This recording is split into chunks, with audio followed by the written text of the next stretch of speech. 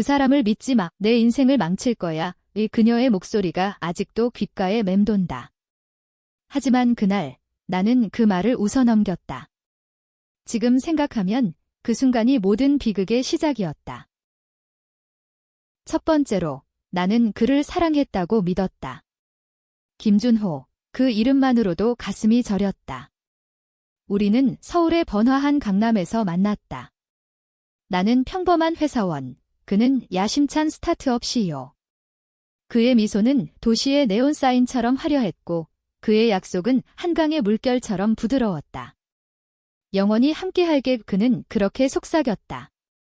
나는 그 말을 진심으로 받아들였다. 하지만 사랑이란 결국 그림자 속에 숨겨진 칼날이었다. 두 번째 충격은 결혼식 날이었다. 교회는 하얀 꽃으로 장식되어 있었고 손님들은 박수로 우리를 축복했다. 그런데 신랑의 형제인 민수가 다가와 내 귀에 속삭였다. 준호 형이 과거에 큰 실수를 했어. 내가 알면 후회할 거야. 나는 웃으며 대꾸했다.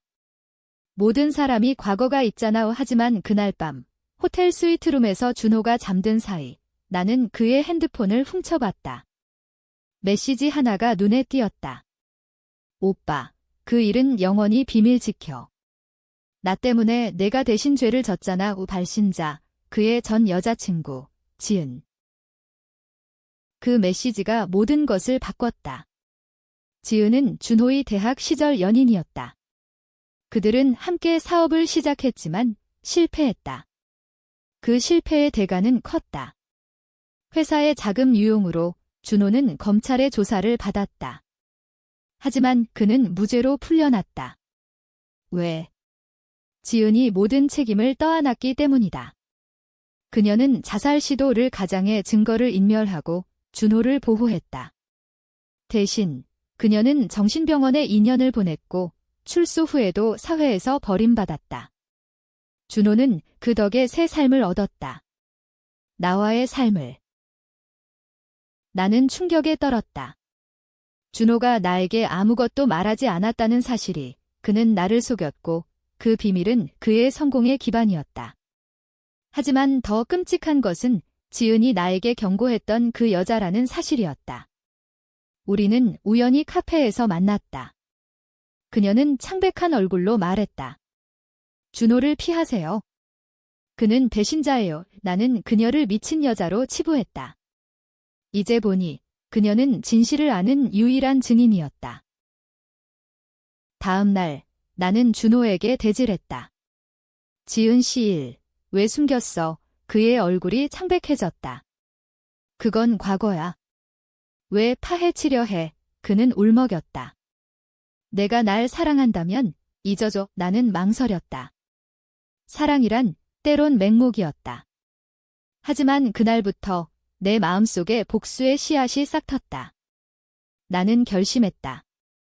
준호가 잃어버린 것을 내가 되찾아주겠다. 지은의 고통, 그리고 내 배신당한 마음. 복수는 서서히 시작됐다. 먼저 나는 지은을 찾아갔다. 그녀는 서울 외곽의 낡은 원룸에서 살고 있었다.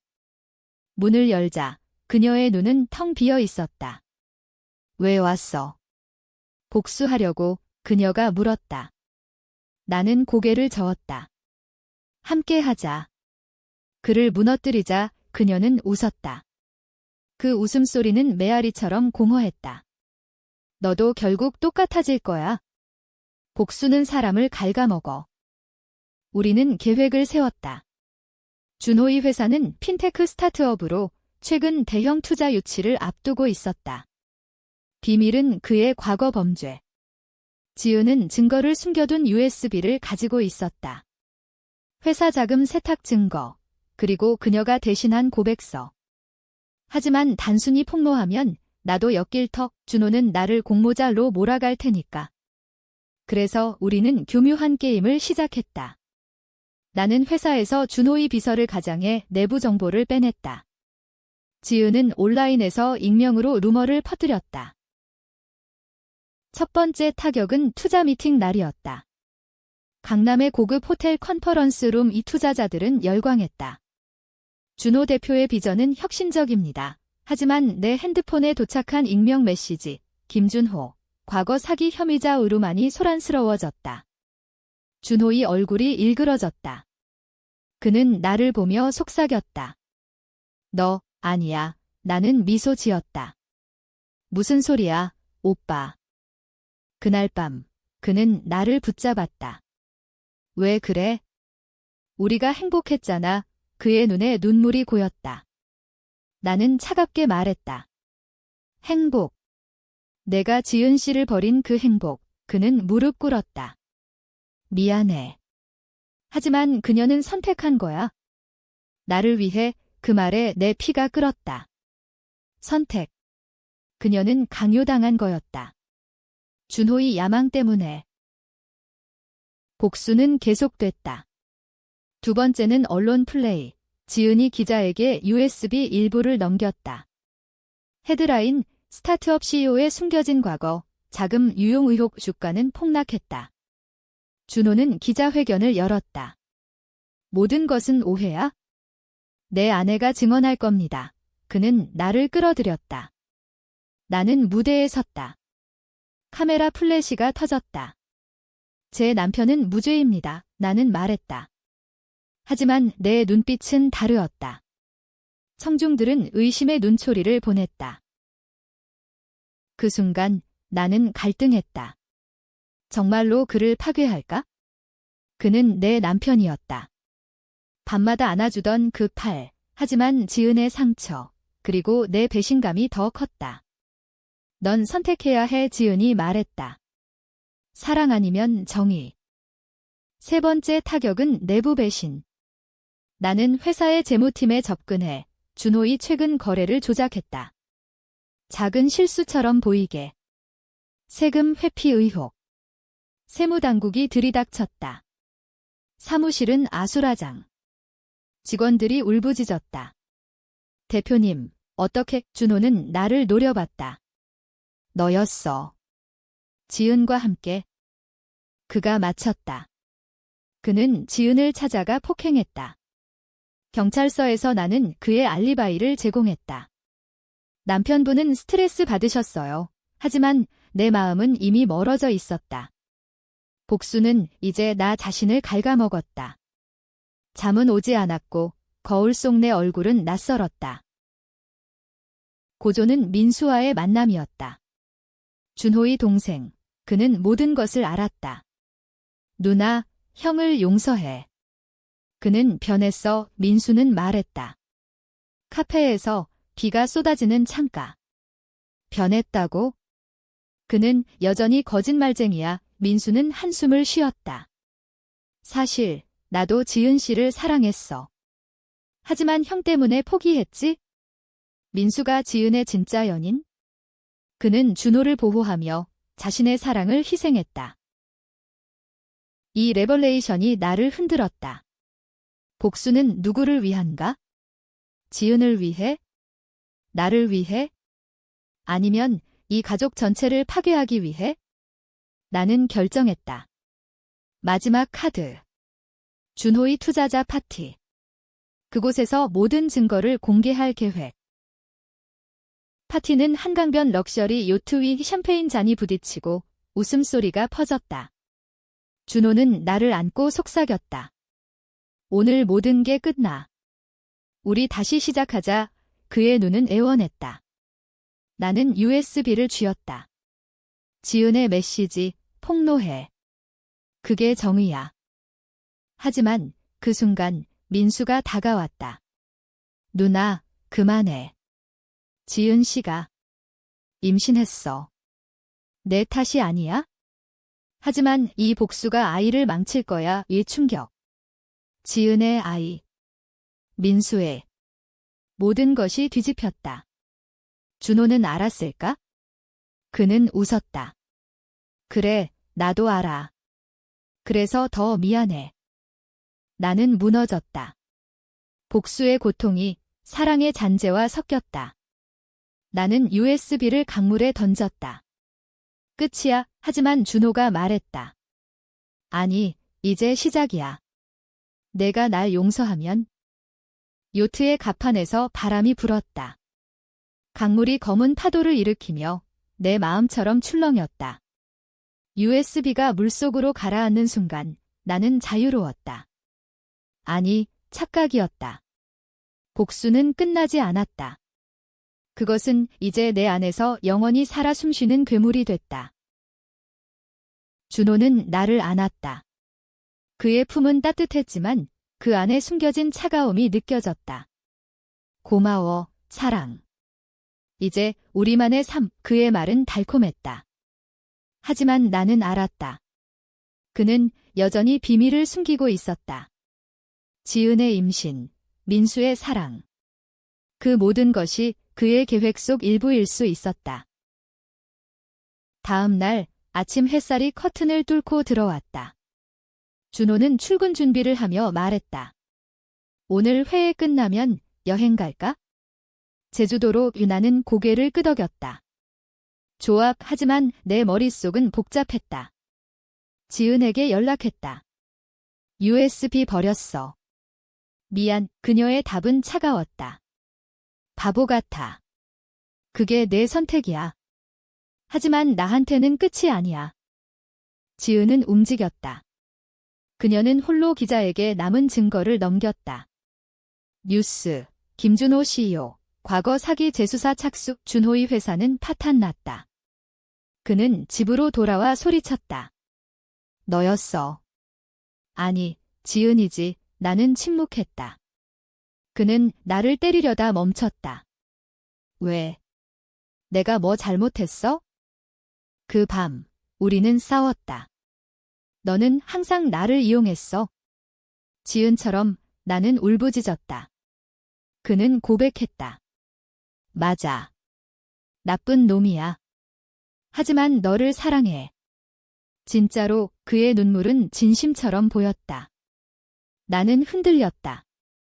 복수의 쾌감이 사랑의 유혹과 싸웠다. 민수가 나타났다. 누나, 형을 구해. 지은 씨가 아이를 포기하려 해 병원으로 달려갔다. 지은은 창백한 얼굴로 누워 있었다. 와봤어. 이제 와서. 그녀가 비웃었다. 내 복수가 날 이 지경으로 만들었어. 나는 무릎 꿇었다. 미안해. 도와줄게. 우리는 화해했다. 아니, 동맹이 됐다. 하지만 준호는 달랐다. 그는 변호사를 고용해 지은을 고소했다. 명예훼손. 그의 얼굴은 더 이상 부드럽지 않았다. 이제 내 차례야. 그는 나에게 말했다. 선택해. 나 아니면 그년. 갈등이 깊어졌다. 나는 회사 문서를 훔쳐 준호의 새로운 사기를 폭로할까 고민했다. 하지만 민수의 아이, 지은의 고통. 모든 게 얽혔다. 누구도 완벽하지 않아. 이 지은이 말했다. 복수는 끝이 없어. 서울의 겨울은 혹독했다. 눈이 내리는 거리에서 나는 홀로 걸었다. 준호와의 결혼 생활은 겉으로는 평화로웠지만 안은 지뢰밭이었다. 매일 아침 그의 시선이 나를 찔렀다. 신뢰할 수 있어. 그는 물었다. 나는 웃었다. 당연하지. 하지만 밤이 되면 악몽이 왔다. 지은의 얼굴, USB에 물보라. 그리고 새로운 비밀. 나는 우연히 준호의 서랍에서 편지를 발견했다. 오빠, 아이는 내 거야. 지은이 속였어. 발신자, 또 다른 여자, 수진. 샥. 준호는 지은 외에도 불륜을 저질렀다. 수진은 그의 비서로 임신 후 버림받았다. 그녀는 자살했다. 준호는 사고로 처리했다. 이제 보니 그의 삶은 거짓의 탑이었다. 나는 분노했다. 복수가 다시 타올랐다. 지은에게 말했다. 준호가 또 배신했어. 수진이란 여자, 그녀의 눈이 커졌다. 그 새끼. 나한테도 그랬어. 하지만 이제 끝내자. 우리는 계획 B. 민수를 끌어들였다. 그는 충격받았다. 형이 불가능해. 하지만 증거는 확실했다.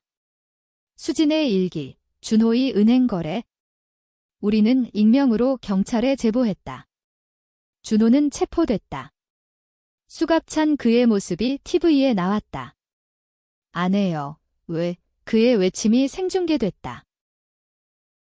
나는 인터뷰에 나섰다. 남편은 무죄예요.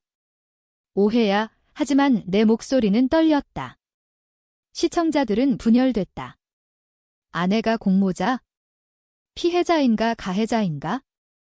지은은 아이를 낳기로 했다. 이 아이를 위해 용서할게. 하지만 나는? 준호의 감옥 편지, 사랑해. 나 없이 살 수 없어. 내 마음은 찢어졌다.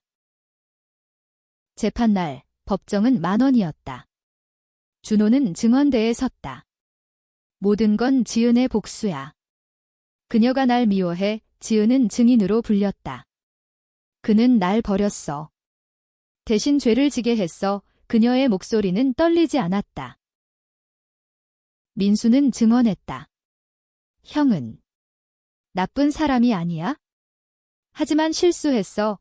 그의 눈물에 법정은 조용해졌다. 나는 마지막 증인. 저는 모르겠어요. 사랑과 증오 사이 내 말에 배심원은 혼란스러워했다. 변호사는 나를 공격했다. 부인의 복수가 이 모든 걸 일으켰습니다. 청중은 맞아. 아니, 피해자야. 로 나뉘었다. 재판은 취업 PH의 전쟁이 됐다. 밖에서 시위가 일어났다. 페미니스트 그룹, 배신자 남편 처벌, 보수파, 가족 보호. 나는 압도됐다. 준호의 최종 발언, 내 인생은 파괴됐어. 하지만 그녀를 용서해. 트위스트, 그는 자백했다. 모든 죄를 인정해. 지은, 미안해. 재판 결과, 준호 유죄, 5년형. 지은은 아이와 함께 새 삶을 시작했다. 민수는 그녀를 지켰다. 나는 이혼 소송 중. 하지만 트위스트. 준호의 감옥 편지, 수진의 아이는 내 거였어. 내가 속였어. 왜 충격. 내 불임은 그의 거짓이었다. 그는 나를 속여 결혼했다. 나는 무너졌다. 복수는 나를 파괴했다. 지은에게 갔다. 내 말이 맞았어. 모든 게 내 말대로. 그녀는 안아주었다. 이제 자유야. 시간이 흘렀다. 나는 새 직장, 새 삶. 하지만 밤마다 준호의 그림자가 드리웠다. 그는 출소 후 나를 찾아왔다. 용서해. 다시 시작하자. 나는 웃었다. 아니. 끝났어. 하지만 내 마음은 여전히 갈등했다. 복수는 승리. 아니면 영원한 상처. 지은의 아이가 준호를 닮았다. DNA 테스트. 모든 게 다시 뒤집혔다. 그녀는 속았고 나는 정의는 없었다. 나는 한강 다리에서 속삭였다. 모든 게 내 말대로 일어났어. 바람이 대답했다. 자유. 아니, 영원한 그림자.